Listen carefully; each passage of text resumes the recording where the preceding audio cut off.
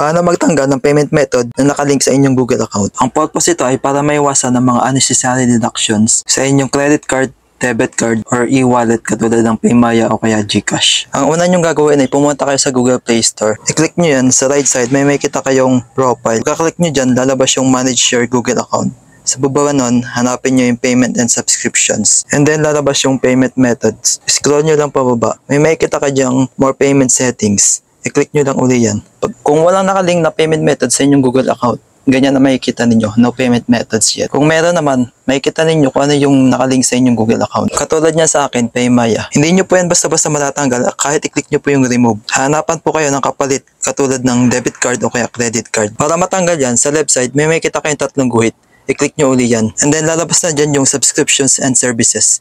I-click nyo uli yan. Then i-click nyo yung manage. Makikita nyo dun sa subscription status, active pa yan. Kailangan maging inactive yan.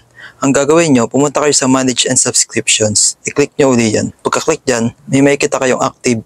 Katulad yan sa akin, yung CapCut ko active. Ang gagawin nyo, i-cancel nyo lang yung subscriptions. And then may lalabas dyan na no thanks and pause. I-click nyo lang yung no thanks. And then may lalabas dyan na decline to answer.